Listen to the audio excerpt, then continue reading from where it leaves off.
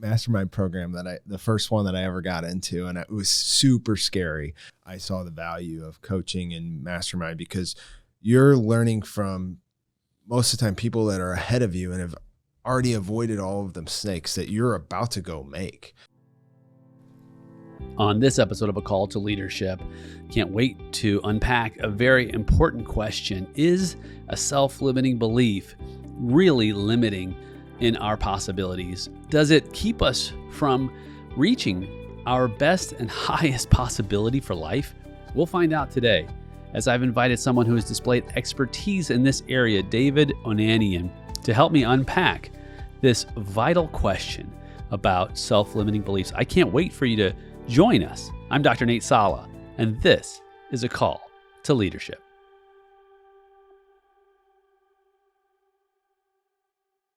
David O, so good to have you on the show.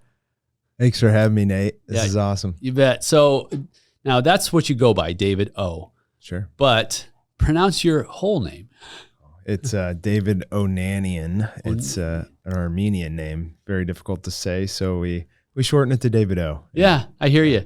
No, it's interesting. I like that. So I go by Nate, but even some of our listeners may not know, my given name is Nader. And it's Persian. We're not Persian. But when I was growing up, people would always say Nader. Of course, if you were around in the 80s, you would remember Ralph Nader, who was like a politician. So it was just very common. And I was always correcting people. I'm like, no, it's Nader. No, it's Nader. And I was like, you know what? Forget it. It's Nate. It's Nate. And it's stuck, right? It's stuck. So we make it easy on people, right? Yeah, sure. Now, how long has your family been here in the United States? So my dad was born in France, and when he was 2, they took a ferry over and migrated to the States. Wow, so you're first generation like I am. Yeah. Both of our parents were immigrants. Yep. Interesting. Yeah, I like that. So this is a perfect beginning to our conversation. And you and I have been friends for a while now. We met through a mastermind and a coaching program and really connected on the business side and just learning about each other and our families. And I wanted to have you on the show because you have such a wealth of life experience. And you may think, oh, do I really? And like, yes, you do. Especially in areas where we talk about, in our mastermind, we talked a lot about this idea of self-limiting beliefs. And it's an idea that has gained traction over maybe the last decade. But even in studies show that self-limiting beliefs are a real issue that keep us from achieving what the possibilities are for our lives. And in leadership, what we want to do is become liberators. We want to become freedom fighters as leaders to release the self-limiting beliefs so that we can achieve and reach our potential. Yep. And so it starts really with us, but it doesn't really start with us. In fact, studies show, and there's a study I was just reading recently, and I'll read just a little bit. It says one can imagine how important it is to filtrate a child's environment. So we're talking about even as in childhood, our own self-limiting beliefs begin because it has a strong sense of self in our development. Kids can be taught by their parents negative things about themselves. We can taught to say, I don't like myself, I don't have skills and abilities, I can't be strong, I can't be lovable. In fact, Gandhi said, we often become what we believe ourselves to be. If I believe I cannot do something, it makes me incapable of doing it. And that's a lot about what self-limiting beliefs are, right? They become our reality. Yeah, absolutely. Yeah. Now, the environment you grew up in, do you recall having self-limiting beliefs even as a child? Do you have those kind of memories? As you think about it, I'll tell you a story of mine. Okay. When I was growing up, I always thought that I was destined to have a storefront, just like most of my other immigrant family members. Nothing wrong with it, but that was what I thought was the highest possibility for my potential, whether it was any type of business. And I reached that when I was in my early 20s. It's like, wow, you made it. You're at the pinnacle. And I had a buddy of mine who I remember it like it was yesterday. We were in the back of my paging and cell phone store, and it was late 90s. And he said, Nate, you can do so much more. And a light bulb went off. And it's like so weird, the smallest thing. I was like, you know what? You're right. Why limit my beliefs on what's possible based on what I've observed in my own life? And then I ended up going back to school, and I ended up finishing, all the degrees I could, all the way to the terminal degree. And I changed my business model. I found an awesome wife to marry, and man, life just started getting better and better and better. Does that mean we don't have problems? No. But self-limiting beliefs are a real they're a real hindrance keeping us from growing. And I wonder how many people in our lives we have strategically placed to help us. Right. Yeah, absolutely. I mean, I think the worst thing about self-limiting beliefs is like most people aren't even aware of them. And that was the case for me, growing up. You asked if I remember things from my childhood. I really don't. Like, I kind of had my light bulb moment when I was 31 years old, and kind of hit my head on the top of the ceiling at the corporate office and trying to climb the ladder. And finally kind of woke up to that. But, I was raised like so many of us, told to go to college and get a job working for somebody else. And I just thought that was what we're supposed to do. That's what school taught us. That's what my family taught us. That's what society said to go do. And, my dad worked in corporate IT for most of his career. And, I wasn't particularly passionate about an IT job, but I was looking at the different degrees I could get and the different pay scales that I could get. And it was like, this looked pretty good. I only had to go to college for 4 years, and I could make six figures in this type of career. So that's what I went into. And it wasn't but 10 years later, when I'm trying to get promotions and all of these things, that I realized that, what the heck am I doing? I've got all of these self-limiting beliefs that I didn't know that I had. And I eventually ended up getting into real estate and stuff. But one of the things that, one of the big self-limiting beliefs that I had woken up to was the fact that, I thought that I couldn't invest in real estate. I thought I couldn't be a landlord. I thought I couldn't own rental properties. And the thought was that, I would be getting called in the middle of the night to go unclog toilets, and that would be terrible. And I'm sitting there thinking, like, in my corporate day job, like, I was a computer programmer. So I was like, my day job involved like debugging thousands of lines of computer code. So exciting. But over here, I'm thinking that I can't find somebody to go change a toilet at a rental property. Like, it's like ludicrous that I was thinking that, but like, that's the limiting belief, that it's installed in you and you're not aware of it. That's the most dangerous type, because now I don't even know it's there, but I've gone and done all this other stuff with my life because I didn't think I could do this thing over there. And I wasn't even aware that I had this belief. Wow. Yeah. What attracted you, or what helped you to discover the possibility that you could go from corporate work to becoming your own boss? Well, I think it was more just the pain that I was in at the time. Yeah, no, dude, pain is a motivator, right? So I had worked my butt off for 10 years, and I'd gotten 5 promotions in my corporate career. And I'll never forget my last promotion. About 2 weeks into it, my boss, pulled me aside and he said, "Hey, Dave, I noticed you've only been working 40 hours a week." And I'm like, last time I checked, that's what I'm getting paid salary for. And he goes, "Somebody in your position, we expect to work 50 to 60 hours a week." And so I go back to my head, and I go back to my desk, and I'm scratching my head, and I'm like, I just got a 5% raise to take this position. And now I'm expected to go from 40 to 60 hours a week. Which is a 50% increase, right? So I got it. Yeah, I'm like, this is awful. And I just hit 6 figures in my salary range there. And like, that was my whole dream coming out of high school. It's like, I want to make 6 figures. I want to be married with kids, and then like life is going to be amazing. And I finally got there. This happened, and I just hit a freaking wall. I just went down this path where I was just depressed, stressed out, unfulfilled. And I started looking for answers, Nate. And I kept coming back to like, how do I get free of this rat race that I'm in where, I've got to go to work for 60 hours a week to pay all these bills and all the stuff that I finance in my life. And that's where I really got hooked on like the Dave Ramsey stuff, getting out of debt, investing in real estate, generating passive income. And I just started geeking out on that stuff for the next, 12 to 18 months before I could actually start making a difference in my life. That's huge. So this is the way we look at making decisions in our lives.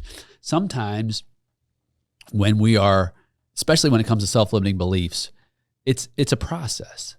It's not that it's going to happen today or tomorrow or next week. I mean, you gave a year to a year and a half of intensity, full immersion in study and commitment to moving that direction.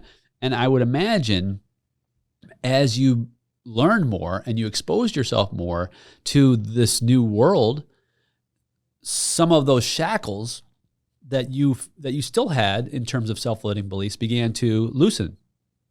Absolutely. Yep. The more I learned and then the more action I took was the big thing. Like you can read all these books, you can listen to all these great podcasts like yours, but until you step out and start taking the action in the real world is when progress starts really happening. I'm glad you said that, because we can dream all day, right? We can study all day, yep. But are we taking action? And that's really leadership. Leadership is about change. And if you've been listening, you'll probably remember me saying this. If we don't need change, we don't need leaders. That's true. It's true, right? So what you're talking about is action is always change, period. And because it goes from one place to another. And it could be an incremental change. It doesn't have to be huge leaps, right? And so, but action moves you forward, and the ultimate goal of at least effective leadership is progress, right? I mean, you want to be in a better state in the future. What kind of motivators did you see around you besides the pain of, the 10X that your job had? It wasn't your 10X, it was their 10X, right? Yeah. They had a 10X because they wanted you to 10X your commitment in time with 1X an increase in compensation, right? So I don't think that Grant Cardone would see that as a 10X that he would buy into either, right? No, absolutely not. So, but that can't be the only motivator in your life. What else was pushing you toward this move?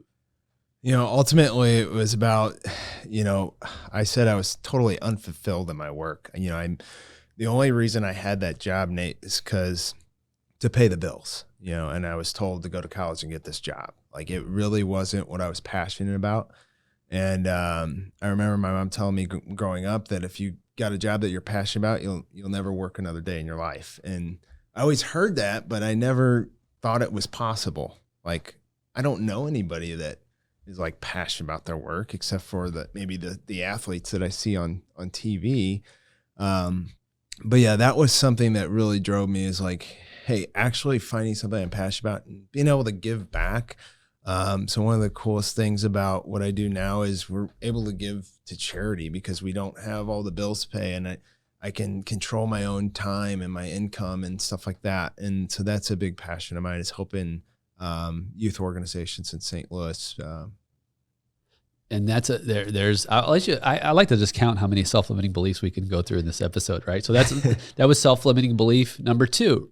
That is it even possible to have something that I could be passionate about? Yep. Right? I mean, somebody listening is asking that same question right now, because I don't know if it's possible. And that's a self-limiting belief, because it absolutely is possible to. And when we talk about passionate, we're talking about something that gets you excited, something that, and it doesn't have to be, some of us we're not talking about, oh, I wake up every morning and I'm jumping up and down. It's not like that necessarily. Some people, it's yes, but it's really a sense of purpose.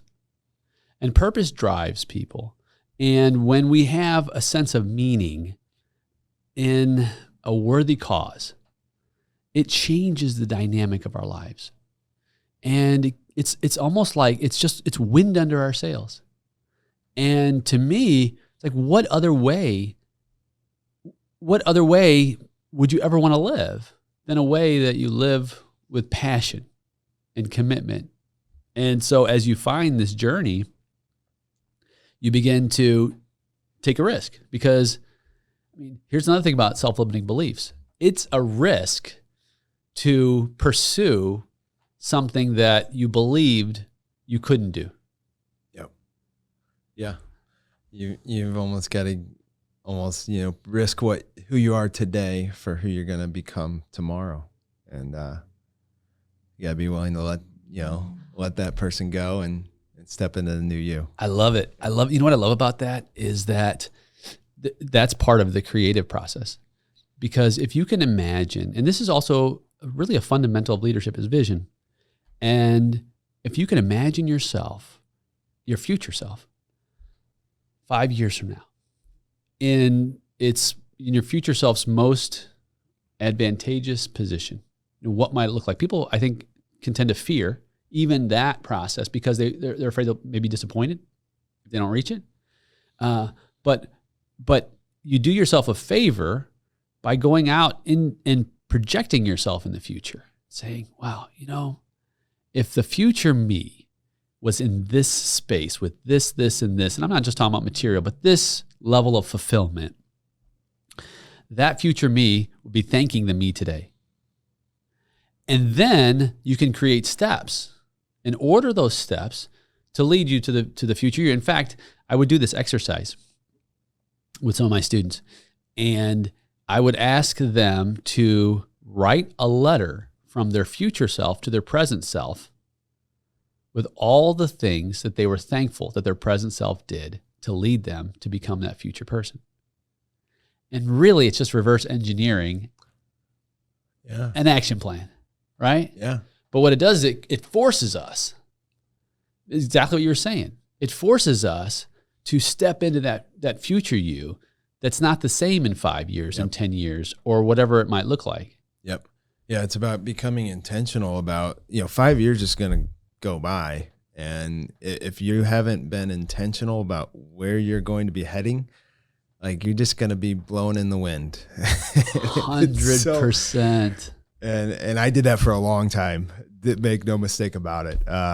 And just looking back at, gosh, I wish I would have known this when I was coming out of high school or college. Like I wouldn't have wasted a good decade plus. Just trying to conform in society and do what everybody else did. Right. Yeah. I mean, it's, and for some, that's right where they want to be. And if you're genius zone and you're content and you're passionate and you've got fulfillment in that, in that IT role or whatever the role is, absolutely, we need you. I don't necessarily by any stretch buy into the philosophy, if you're not working as a self-employed person, you're a loser, because it's so erroneous. I mean, if you just think it through, okay, well then who's going to pick up your trash? Who's going to serve you at the grocery store? Who's going to clean the bat? I mean, that's just ridiculous. And some people online. Well, robots will. Right. Yeah, that's it. Yeah. We can just get robots to do it all, right? I mean, at Starbucks, right? Yeah. I mean, but the point is that there's people who are passionate in those roles, and there's, and that's fantastic for them. But there's others, and even them, who know that in different areas of life there are self-limiting beliefs. That, like you said, the first real step is awareness, and then discovery. Yeah.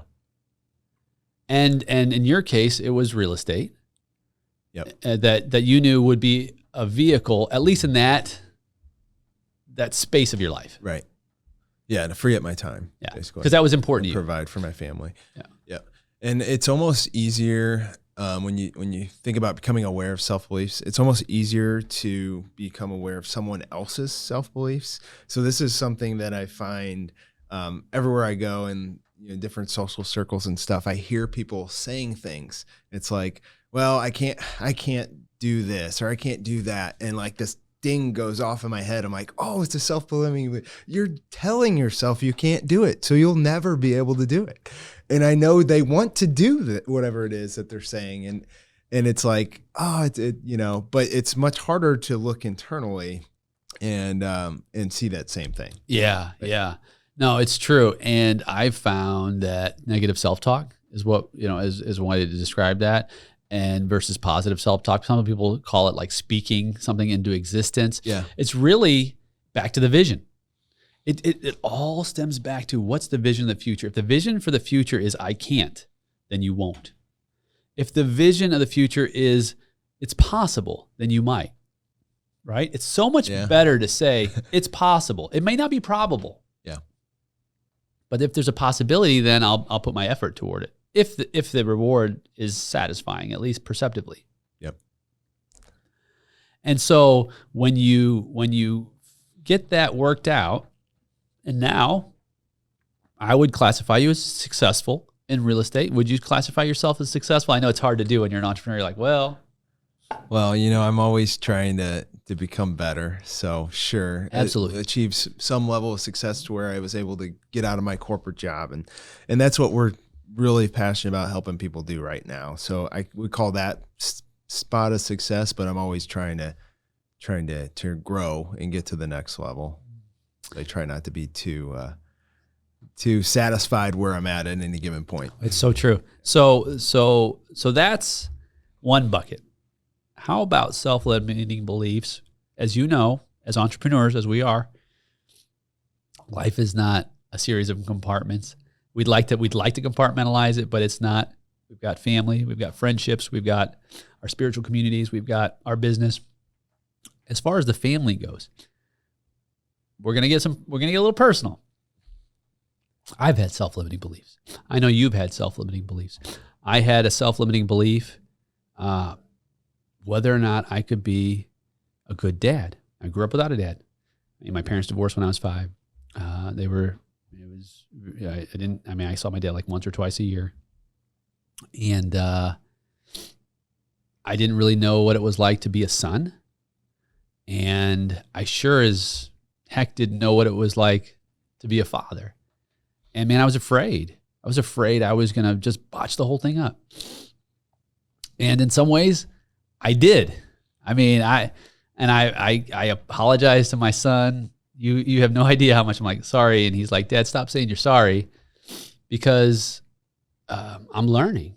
But the self-limiting belief was that I couldn't be that. And at some point, I realized, no, you're putting a false expectation back to what I can't do. Remember you talked about the can, which is so weird because I'm such an I can kind of person. Yeah. Which is the point is that it could happen to any of us.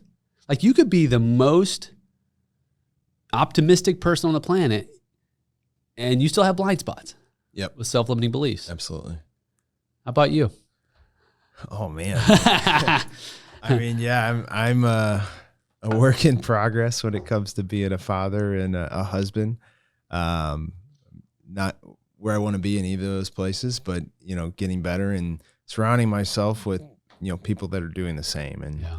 And I think that's important to continually self-evaluate, help have other people take a look at you, and have people that you can share personal struggles with and stuff like that with, that you can get them out of your own head and off your own chest. And I think that's huge. I mean, when you talk about eliminating the self-limiting belief, sometimes it's not even by sharing,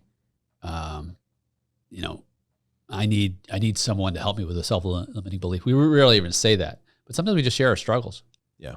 And to have those outlets, because I think what can happen is we can share a struggle we've had, and then others can share that they've been in that same struggle or a similar struggle. And you're like, wow, not only am I not alone, but I thought they had it all together with it. And it's like nobody, I don't care what you see on social media or Facebook or anywhere, nobody has it all together. That's true. Nobody has it all, and with a capital ALL. Everybody's got areas of struggle in their lives. You may not see it, but we can't. I think that's another self-limiting belief too, is that we see the outside facade of the perfect family. You know, the kids are all healthy. Nobody back talks. You know, the husband and wife are always, you know, just like walking on, you know, clouds of air. And there's, you know, there's the pictures of the fantastic vacations and the trips to the orchards. And it's like, wow, it must be good.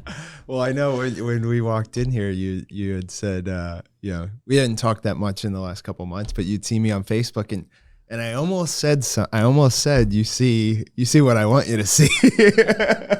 You see all the good stuff. But yeah, to that point, I mean, for a long time in my life, you know, I didn't have any real close friendships where I could share struggles. And so you're looking out externally and at social media and all these things, you've seen everybody's having this great time and you feel like you're the only one that doesn't have your stuff together. And thank God I joined some masterminds and some groups where I could get around people. I've got a group of men that I work out with every morning at 5:30 now. That's been phenomenal. A group of men that are like authentic. They share struggles. In fact, yesterday morning we did a workout in honor of one of the guys' daughters. It was going to be her 3rd birthday. She's in heaven now. But he just shared that whole experience with us and said, you know, like, this is a safe place to do that. And other men shared, you know, some of their struggles, and it's good to see that. And part of what shook me about his story was that when his wife was pregnant, they found out there was going to be a birth defect at like 20 weeks. And they kind of had an option there to terminate then. And they decided to go ahead and deliver the baby. And the little girl lived to be only 11 hours old before she passed away. But what really stuck with me is the way he described it, is that he said he was blessed to have 11 hours with his daughter, and that most dads would have terminated, may have been born a stillbirth. He literally had 11 hours and he was blessed to have those hours. And I found that just going home that day, hugging my kids a little bit tighter and just being so grateful for what we have, and to be around men like that where we can share and gain perspectives and stuff like that is like hugely helpful. Oh my goodness. It reminds me of the movie Courageous. And if you've seen that movie, you'll recall there's a scene where there's a death. And I don't want to give any spoiler alerts, but and I think this might even be on another episode too, because this has come up before in terms of how we perceive what we have been given and what we lament about not having been given. And the character in the movie, it's a very similar experience where he at first just so upset and rightfully in grief about a loss. I'll never get to, X, Y, and Z, walk my daughter down the aisle and see my grandbabies and all that. And then it turns to, but I did get 9 wonderful years with my daughter. Mm-hmm. And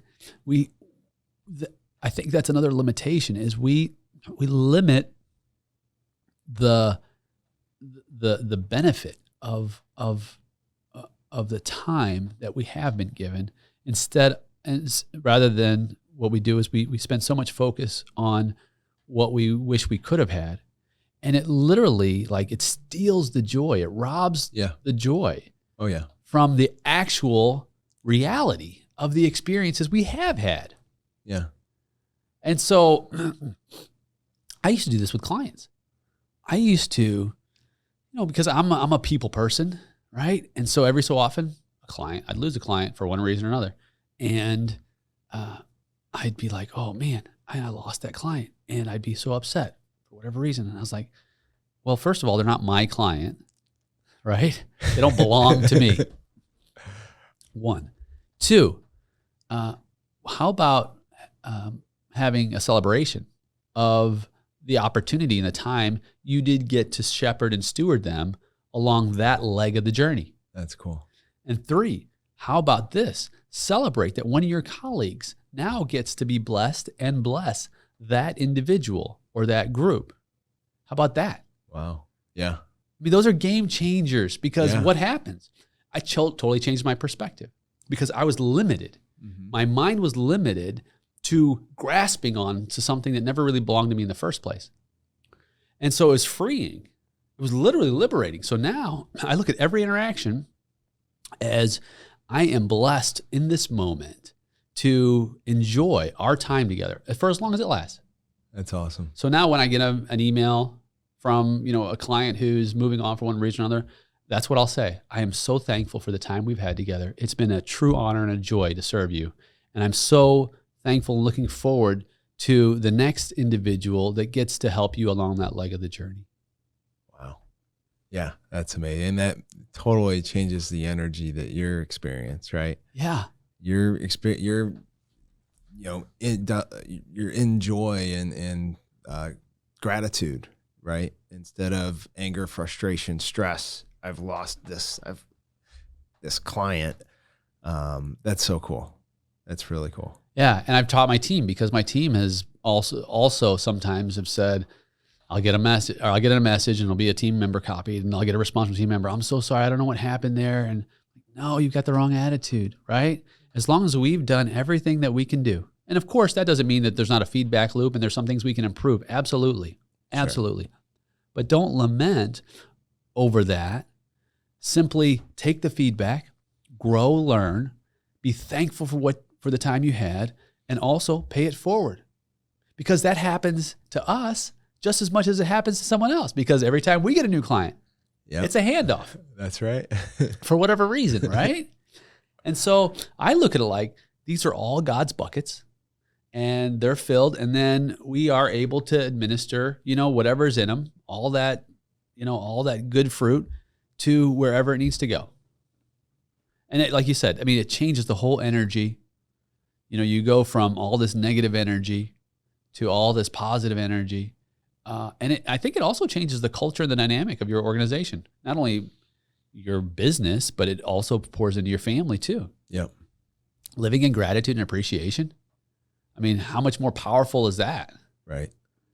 Absolutely. And that's back to how we started with childhood. Like if we may not have grown up in an environment of appreciation and gratitude. Yeah. We may not have grown up in a positive environment. We might have grown up in a very terse, contentious environment. That doesn't mean we don't have the choice to change it.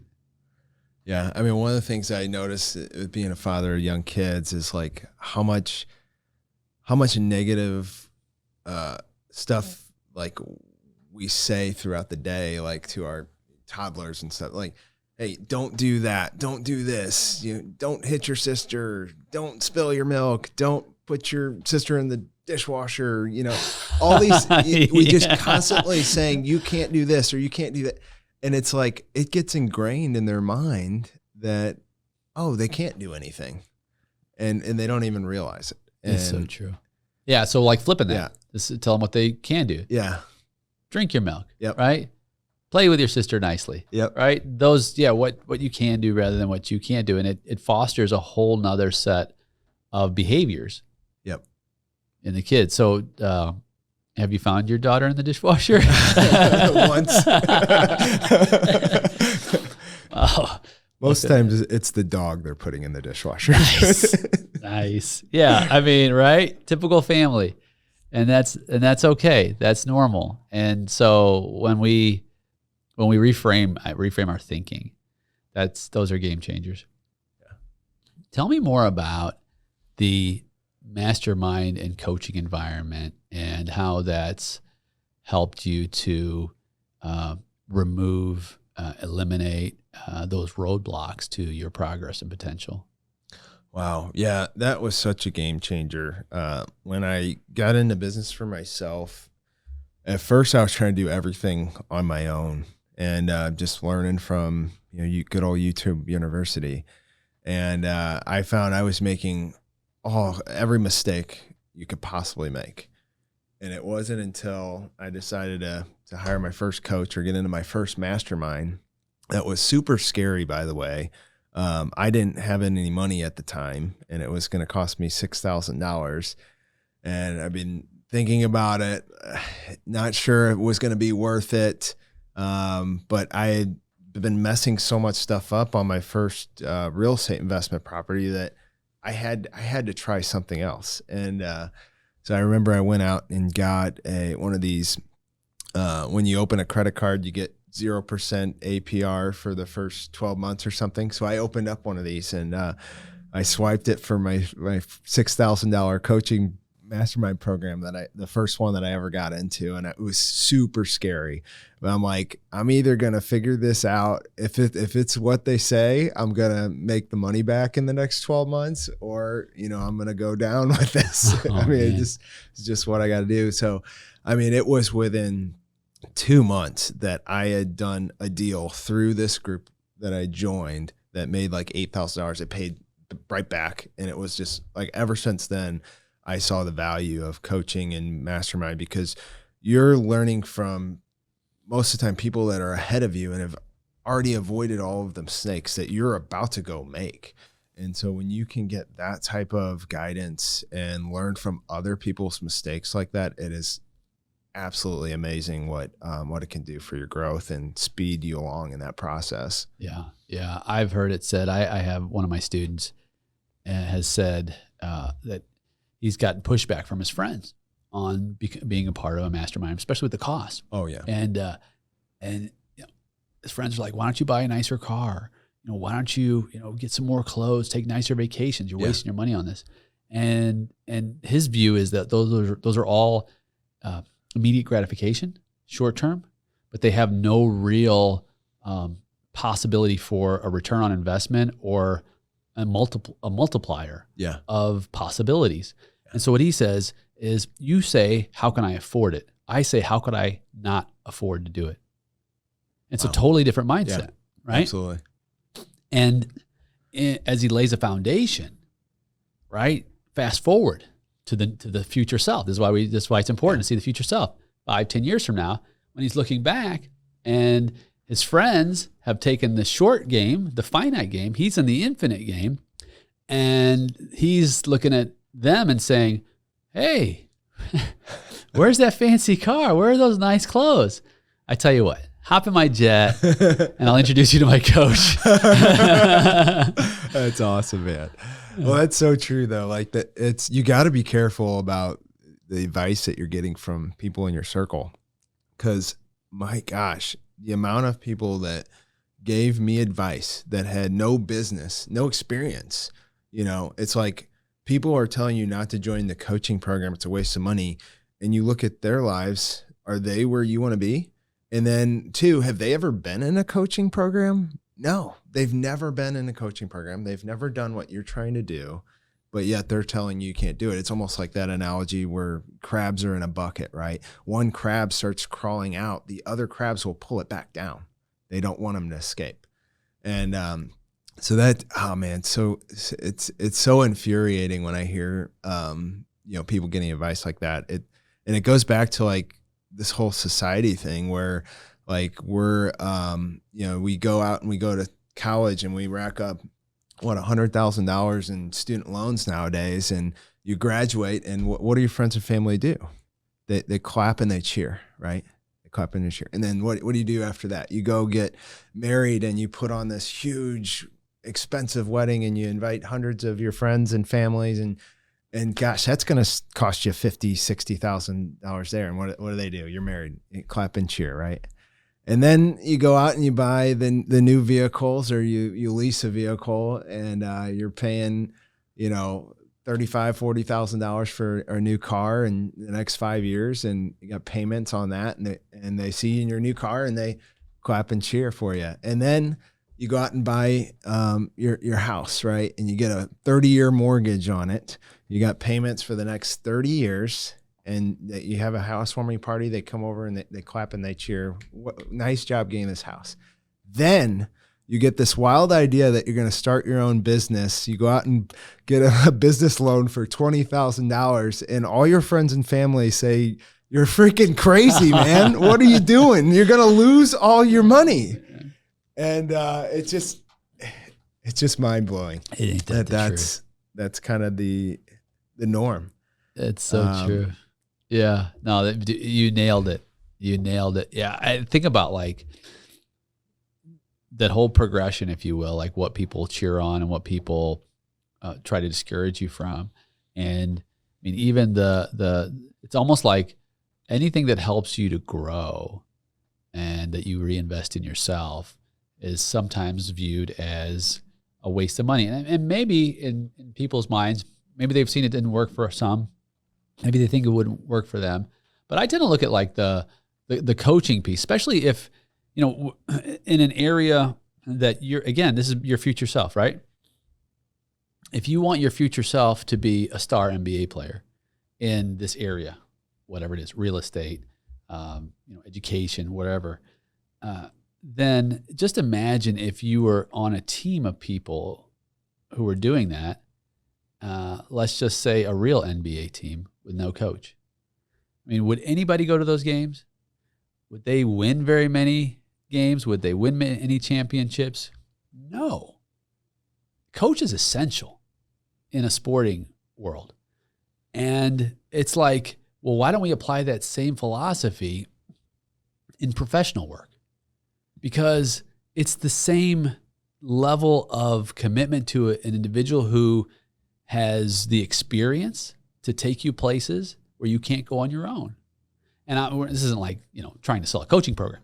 This is literally the reality of the benefits of having that, and it helps to reduce and eliminate those self-limiting beliefs. Even this show, when we first launched this show, we launched what we called a soft warm-up launch. Basically, it was over the summer, and we wanted to see friends and family if they thought it had legs. I wanted to see if I was invested and if I enjoyed it, because it's a huge commitment.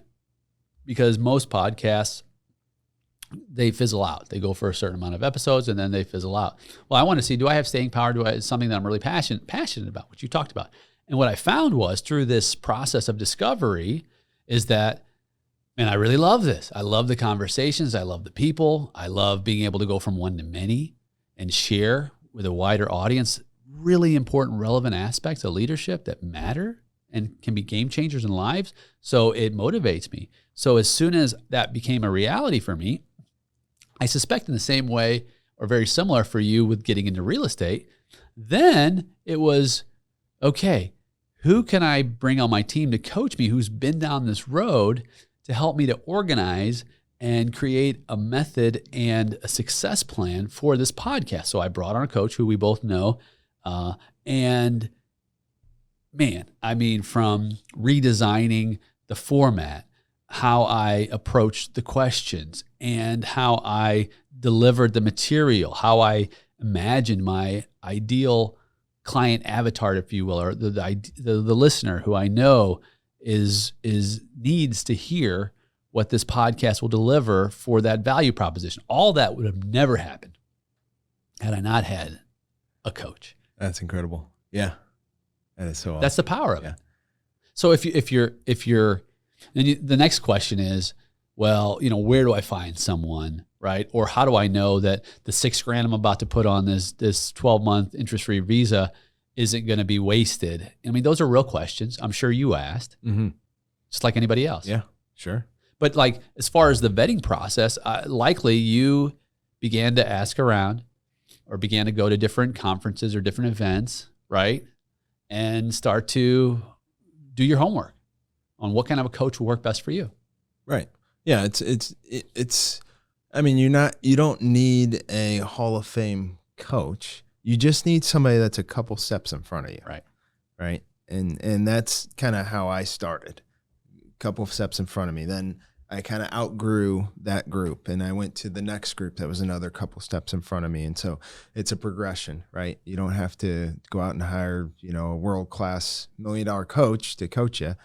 But I love your analogy to business and sports. I was a huge sports fan growing up, and honestly, I wasted a lot of my adult life playing fantasy football years ago.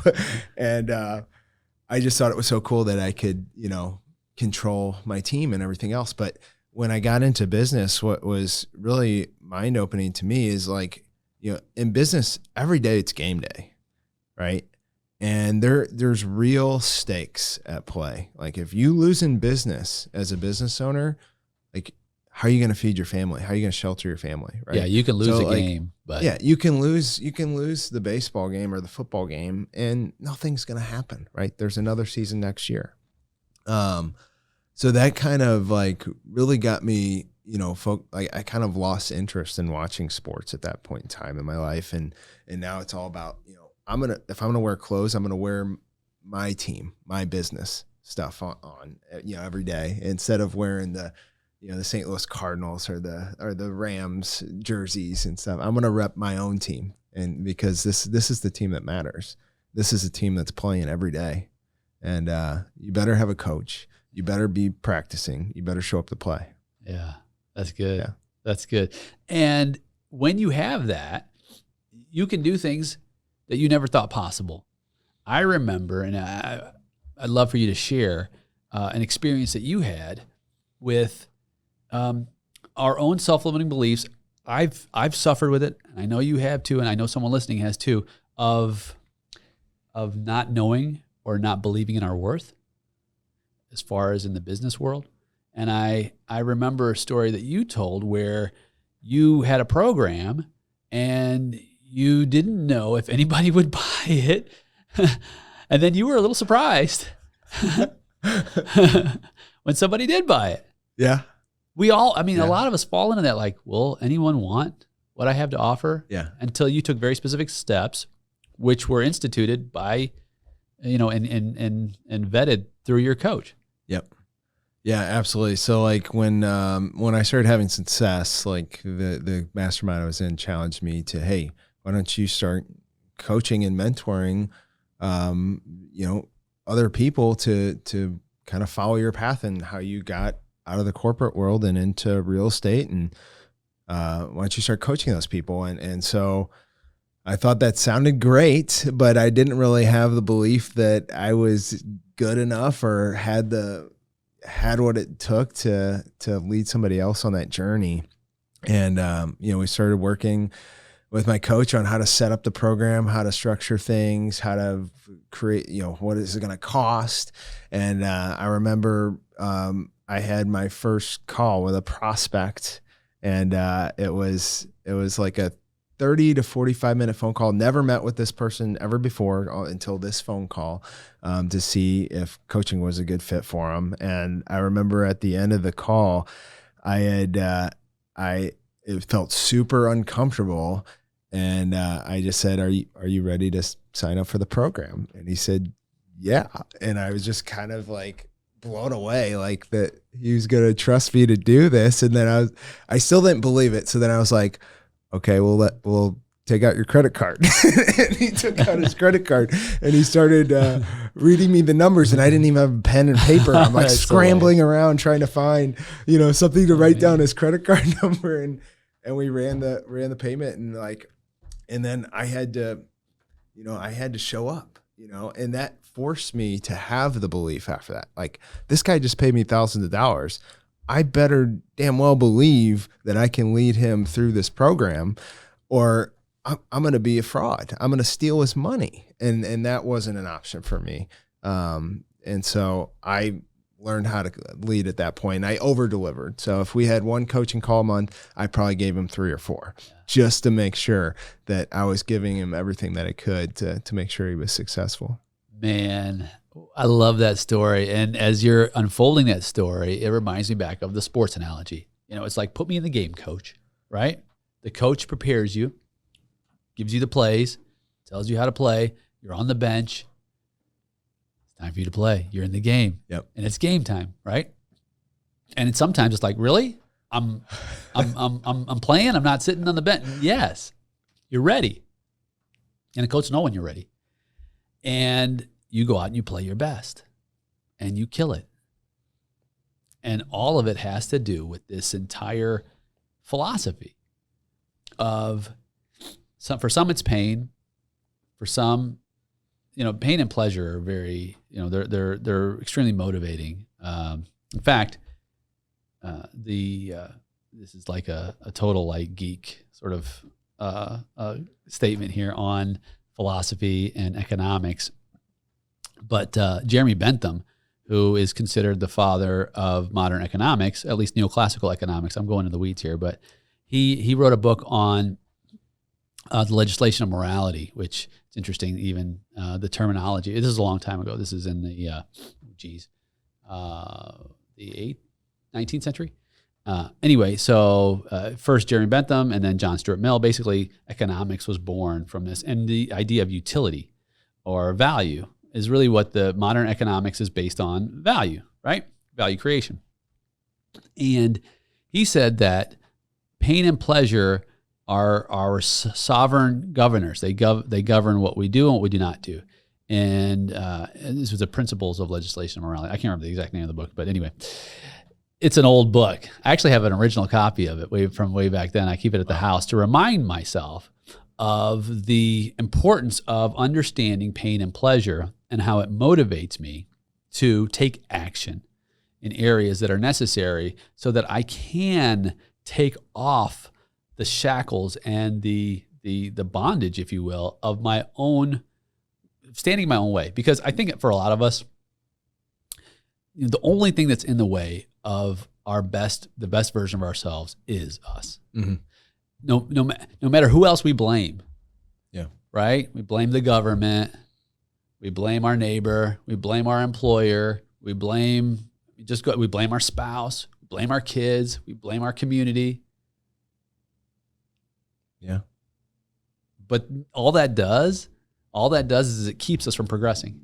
Yep. Because it's spending so much time in the past instead of looking to the future, instead of asking the questions. There's a lot of things we can't control in life, right? I mean, you've got circumstances you can't control. I do. Our listener does. But there are certain things we can't control. One thing we can control is our choices. And another thing is our attitude. And if I've said this before, if I have the attitude and the aptitude, I can have the altitude. And you can have a self-defeating attitude, which basically limits all the possibilities. You can look at your future self and say, that future self is going to be a nobody nowhere. And I'll be completely miserable. And I'm not saying, I don't ever want to project what a nobody nowhere looks like, because my son, for example, when he was growing up, he said, Dad, what if I don't want to be a scholar? He would ask me, he said, Dad, do I have to go to school as long as you? And because I've gone to school for a lot of years, right? I mean, you got 12 years plus another 12 years. So over 22 years of education, both, in secondary school and primary, and then of course in higher learning. And I said, no, you don't. And he's like, ooh, thanks, Dad. Because he thought that's what he had to do. I'm like, son, if your heart and your passion is to go into janitorial work and you're pushing a mop, just be the best version of that janitor that you could be. Be the best version of yourself wherever God plants you. Don't look at the world. Don't live by comparison. That's a dangerous road. Yeah. Be your best version of you, and I will be so incredibly proud of you no matter where your feet land. That's awesome. That's great advice.